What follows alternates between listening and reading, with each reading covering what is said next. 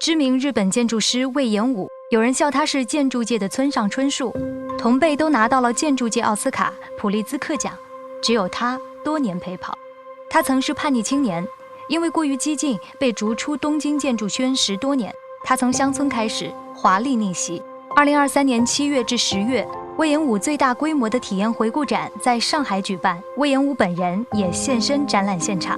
自分が目立とうとする人間にはなりたくないと思います。その建築の歴史の中に残るような仕事はしたいと思うけど、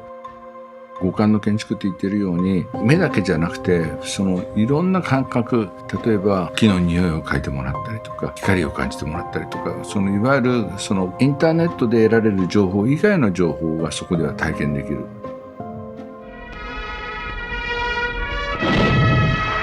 1964年，日本第一次举办奥运会，看到奥运会会场的魏延武立志成为建筑师。36岁，一心想要颠覆建筑学的他，完成东京 M2 大楼。どちらでもない建築を目指そうというふうにして作ったんですが、一つのカオスを作ろうという気持ちで作って、実際にその建築界、特に先輩の建築家たちに批判されて、M2 ができた後10年間は東京で仕事がなくなっちゃったんですね。90年代，魏延武去了日本西部的森林小镇桃园町，并留下了7座建筑，那里也成为了魏延武木建筑的起始点。その職人さんと会話することができた。彼らのいろんな技を教えてもらうこともできて、例えば鹿壁を塗る左官屋さんとか、あるいは竹で細工を作る竹細工の人とか、今までの建築の作り方を変えるきっかけになって、だから自分が材料の面白さに目覚めたのも、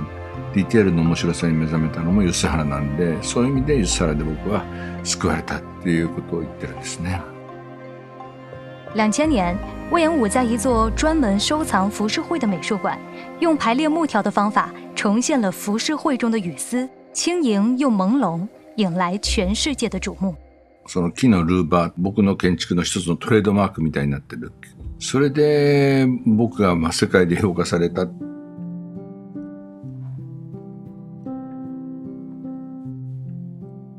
2002年，魏延武在中国迎来他第一个海外项目——长城脚下的竹屋。他第一次用竹子作为建筑材料，建筑吸引了导演张艺谋，成为2008年北京奥运会宣传片的取景地。シップヤードのプロジェクトはレンガをテーマにして、市デー美術館ってその市デーでできたパネルを建物全体に使ってる建築なんですよね。2019年，魏延武的2020年东京夏季奥林匹克运动会主场馆完成，这也是世界上最大的木结构建筑之一。丹下健三っていう建築家は経済が成長している時代、僕の時代っていうのは全く逆の時代だと思うんですね。少子高齢化、人口も減ってきて、気持ちいい空間があれば別にそんなに家が大きくなくても幸せだ。最近は目立つ建築も作りますねって聞かれ方をすることがあって、例えば最近の角川の建物とか、あるいはイギリスのビクトリア・アルバートの建物とか、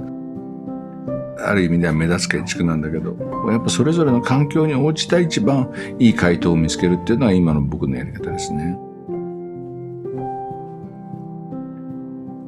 コロナっていうのは人間が今まで環境というものをすごくないがしろにして環境を破壊してきたことの結果だと僕は思うんですね。やっぱり人間の生活のやり方はすごく変わると思うんですね。で、そういうコロナの後の生活にふさわしい建築がこれだっていうのを作ってみたいですね。